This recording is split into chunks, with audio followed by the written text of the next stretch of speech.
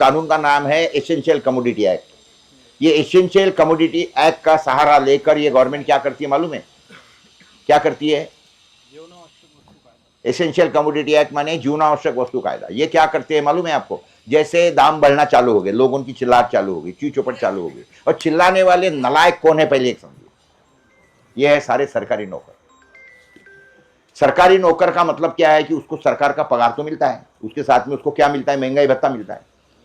जैसी महंगाई बढ़ेगी वैसा उसका भत्ता बढ़ेगा। तो हरामखोर, तेरे को चिल्लाने का अधिकार क्या दिया है? किसने दिया है तेरे को?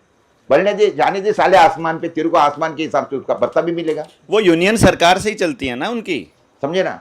लेकिन वो चिल्ला, फिर उनका चिल्ला चिपट होती है। तो ये अखबार वाले जो है ये भी न्यूज छापते अखबार के अंदर कि प्याज ने आंखों में आंसू ला दिए, रुला दिया। मेरे अखबार के अंदर कोई कमीना अगर हमारी इस तरीके से बातमी छापता है ना, न्यूज छापी ना, तो मैं उसको नौकरी से निकाल देता हूँ। क्या बात। मेरे अखबार के अंदर स्टैंडिंग इंस्ट्रक्शन कि अगर कोई किसान को बिजली ना मिले, कोई बिजली ना मिले उसको, तो तुम जाओ और वहां से ये अकुड़े डाल के उसको बिजली दो, पंप चालू करो। स्टैंडिंग इंस्ट्रक्शन है मेरे। अगर कोई किसान के खेत के अंदर कोई आके कोई समझ लो जंगली जानवर मारता है, कुछ करता है, हम उसकी बोले कि न्यूज नहीं छापनी थी, उल्टी हम न्यूज छापवाते। और ये जो ये होता है बिजली का नहीं मिलता है, वो कोई जाके चोरी करता है, चोरी बोलो या आंकड़े डाल के वो बिजली लेता है, तो हम उसकी न्यूज डालते हैं कि ये फलाने फलाने इंजीनियर ने 2 साल से उसको बिजली नहीं दिया, उसके नालायकपना के कारण किसानों को आखिरी ये करना पड़ा, तो वो जो इंजीनियर है उसको सस्पेंड करो। ऐसी न्यूज डालती है हमारे, हम नहीं डालते। और बाकी के अखबार न्यूज क्या डालेंगे कि आंखों में आंसू डाल दिए, और हमारे इसमें न्यूज छपती है कि प्याज के दाम बढ़ने से किसान क्या बोलते, किसान हर्षोल्लास में, और किसान ये बोलते खुशियां मना रहा है। इस तरीके से ये देखिए, आपको लोगों का जो पर्सपेक्टिव है ना वो चेंज करना पड़ता है। ये पर्सपेक्टिव खराब किसने कर दिया? ये न्यूज चैनलों ने, ये इसी तरीके से, इसके कारण।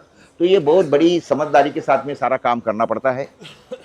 हेलो, हाँ चलने दीजिए। तो ये इस तरीके से हमारा काम चलता है। और दूसरा मैं जो बता रहा था कि ये जो आगे हमको जाना है, जब तक कि देखिए आज के घड़ी में देश के अंदर हम लोग जो है ये बोलने के लिए लोकशाही में यानी डेमोक्रेसी में जी रहे हैं, लेकिन ये डेमोक्रेसी नहीं है, ये एक्चुअली चल रही है नौकरशाही चल रही है, और दूसरी चल रही है गुंडाशाही चल रही है। तो ये इसको अगर हमको काटना है तो देर आर ओनली 2 वेज। उसमें से एक तो जहाँ पे हम जो देश राज्य में गाँव में बैठे हैं, वो महात्मा गांधी की भूमि है, विनोबा जी की भूमि है, और उन्होंने हमको जो मार्ग दिया है वो सबसे अच्छा मार्ग है।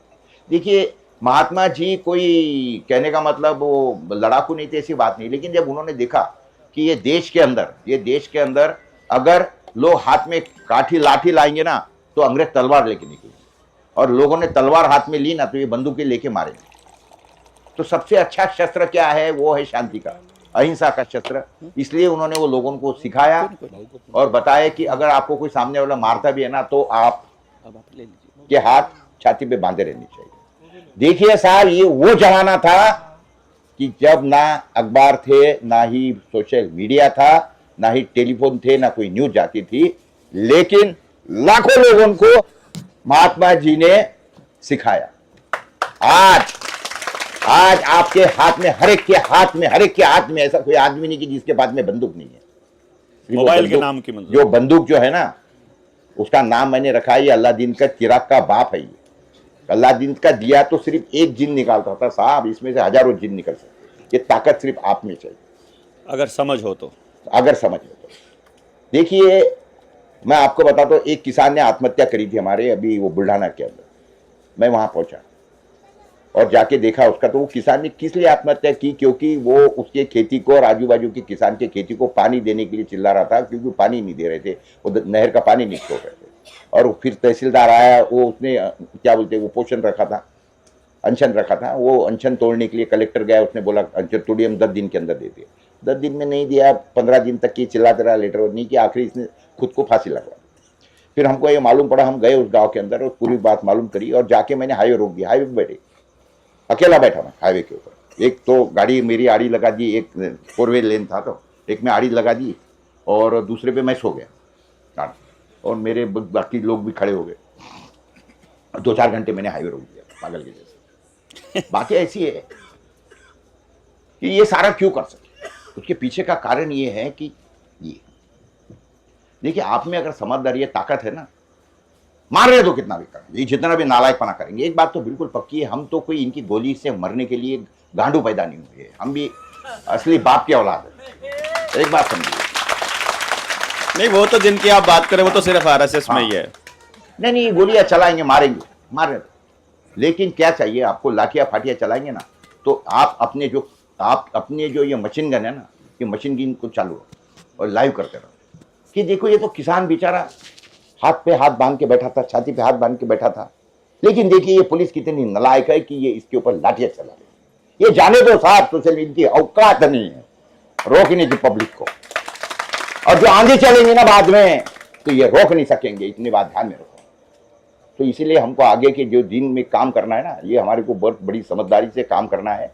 देखिए, हम बोलते हैं कि रात जो है ना दुश्मनों की है, इसलिए जगते रहो और बुद्धि चलाते रहो, और ये जो करना है ना तो सोच समझ के हमको इसके आगे चलना। इतना ही बोलता हूँ, आपसे रजा दे, धन्यवाद। अभी रुके, मैं आपसे पूछे बिना एक दो हाँ एक दो बिंदु आपको बताता हूँ। ये तो ठंडा है, इसमें गर्म डाल लीजिए। हाँ, डाल दीजिए। हाँ, आपसे पूछ नहीं रहा हूं, लेकिन मुझे यकीन है अगर आप सहमत नहीं होंगे तो मना कर देना, वरना अपन तो जबरदस्ती करने वाले लोग हैं। ठीक है, मना भी करेंगे तो भी हटने वाले तो हम है नहीं, इज्जत बेइज्जती तो अपने को डरने नहीं। ये ऐसे आदमी हैं, हम क्यों दीवाने हैं इनके, मैं आपको बता रहा हूं। इनको सिस्टम का इस्तेमाल करना भी आता है। खुद का अखबार होते हुए बिक नहीं पाए, कोई खरीद नहीं पाए। अकेला आदमी जो हेल्थ मिनिस्टर को उस टाइम पे जब हेल्थ इमरजेंसी लगी हुई है गाली दे रहे हैं फोन पे, रामजादे साले तेरे को दिखाई नहीं देता है कि ये गलत चल रहा है। वो रिकॉर्डिंग हुई, वायरल हो गई। मतलब ये कौन कर सकता है जो अंदर से बिल्कुल सत्य का रास्ते पर चलने वाला आदमी है। ठीक है, वो तो एक शब्द है, कोई बात नहीं, बट पर्पज है, अंदर जो दर्द है वो निकलता है गाली के रूप में। बेसिकली मैं इसको ऐसे ही समझता हूं बस, और इससे ज्यादा नहीं। ऐसा नहीं कि हम कोई अपशब्द बोल रहे हैं या कोई ऐसा कोई चीज है। अकोले के अंदर कोरोना काल के अंदर एक दुकान बंद नहीं होने दिया। एक दुकान, पुलिस आती थी, लोग दुकान बंद करते थे, मैं जाके लाइनों की लाइनें खोली। मैंने भाऊ को बताया नहीं, मैं आपको बताता हूं, मैंने इनको बताया नहीं। हम जब जा रहे थे इनसे मिलके, मतलब जब इनसे मिला, पूरा एक हफ्ता इनके साथ रहे, इन्होंने कॉलेजेस स्कूल्स में अपने लेक्चर्स कराए, सारे सबके सामने बातें हुई। तो एक जूते की दुकान पर हम चप्पल लेने के लिए चले गए। चप्पल नहीं थी, मैंने कहा आगे रुकना पड़ेगा, तो वहां तो मिल गई थी अपने को खेत में। तो आगे मैंने कहा जहां रुकेंगे तो रास्ते में चप्पल की जरूरत पड़ती है, तो चप्पल खरीदने के लिए दुकान पे रुके। वहां ऐसा सीन था कि जूते बाहर निकालने पड़ते थे। हम जूते निकाल के मैं और पूनम अंदर चले गए। तो चप्पल निकालते हुए वो हिंदी में बोल रहे थे, वो मराठी में। तो मुझे बोला बाहर से हो आप? मैंने कहा हाँ। कहाँ से? हम लोग करनाल से हैं। अच्छा, कहाँ, यहाँ कहाँ आए थे? मैं कहा पौरे साहब के यहाँ। प्रकाश पौरे यहाँ साहब के यहाँ? मैं कहा हाँ। प्रकाश भाऊ के यहाँ? मैंने कहा हाँ। अरे साहब, मेरे दोनों चरण पकड़ के बैठ गया। अरे आपके पैर उनके घर जाके आए हैं। ये उन्होंने मुझे बोला, मतलब ये मैं वो बता रहा हूं जो मेरे साथ हुआ है। बोले हम लोग वहां इनके घर के आगे चक्कर लगाते हैं कि कभी इनके दर्शन हो जाए। महल जैसा इनका किला है, और जब इन्होंने, हाँ मैं सच्ची में बता रहा हूं, गोपालकांडा जैसा नहीं है, महल जैसा ही है, क्योंकि मेहनत से कमाया हुआ है ना, नहीं तो रगड़ दिए होते अभी तक। तो इतना बोलने वाले लोगों को, इसलिए कुछ कागज में कोई गड़बड़ मिलेगी नहीं, तभी तो इतना बोल सकते हैं।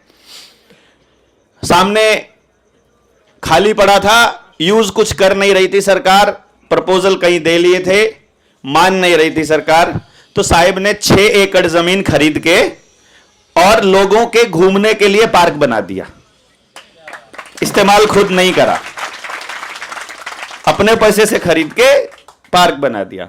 तो इसीलिए अपन धक्का कर सकते हैं। धक्का क्या है? पहला बिंदु, अगर हर गांव में जाएंगे तो सच दिखाने वाला अगर एक अखबार अपने पास हरियाणा में हुआ तो हरियाणा की ओनरशिप जनता सरकार मोर्चा ले सकता है। ले लेगा?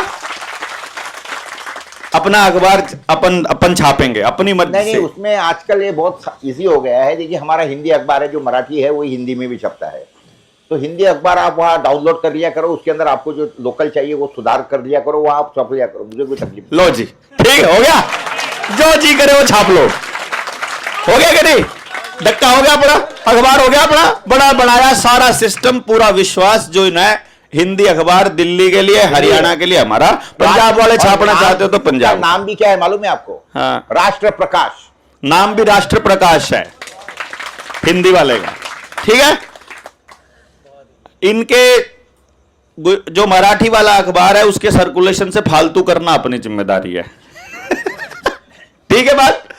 अब दूसरी बात, दूसरा धक्का जबरदस्ती ये है कि यहां तो कुछ हरामियों ने कुछ दिक्कतें कर दी, लेकिन अपनी सत्यता को आपने साबित कर दिया, अपने शुद्धता को साबित कर दिया, कार्यक्रम गजब चलेगा, नीलियम तो अपना हो गया, इस पे तो कब्जा अपना हो गया। यहां के लोगों को तो पता लग गया कि यार ये आदमी गलत आदमियों को ला नहीं सकता, ये आदमी गलत काम कर नहीं सकता, तो जो चीज अपनी हो ही गई उसका तो अब ठीक है, जब जरूरत पड़ेगी इमरजेंसी में अपन लोग यहां यूज कर लेंगे।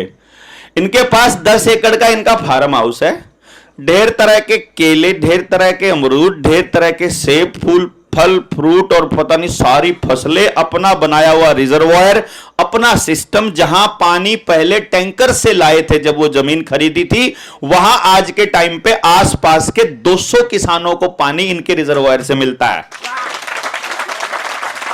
इसका मतलब है ऐसा एग्जाम्पल देखना चाहिए। डीजे लगा ही रखा है, नेचुरोपैथी कर ही रखी है, तो अगली एक टीम 500 की 1000 लोगों की ट्रेनिंग वही मार दे। क्या कहते हैं? मंजूर है, मंजूर है? बोलो, तारीख बोलो, खाली तारीख बोलो, ठीक है। तो ये अपना हो गया।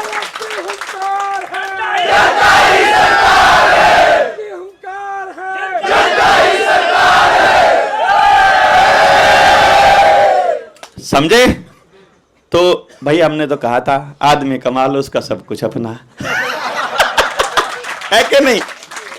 तो ये केवल सत्यता के दम पर आप इस तरह के लोग, मतलब खाली फोन किया, कुछ कोई फॉर्मेलिटी नहीं। हम तो कभी आज तक पौरे साहब, मतलब जो मन में भाव है वो आप लेके जा सकते हैं, हमने फॉर्मेलिटी के लिए तो शॉल भी खरीद के नहीं रखा हुआ है। लेकिन मेरा शॉल है सम्मान के लिए। मैं हमारे यहां सिद्धप्पा जी से रिक्वेस्ट करूंगा, कर्नाटक है, एक नेपाल से हमारे साथी आए हैं, आइएगा और पौरे साहब का हमारे तय दिल से पूरे मोर्चे की तरफ से, मतलब इस शॉल में हम इनका 10 एकड़ का फार्म हाउस खरीद रहे हैं। साथी भी आ जाओ इधर, प्लीज आप आइएगा। प्लीज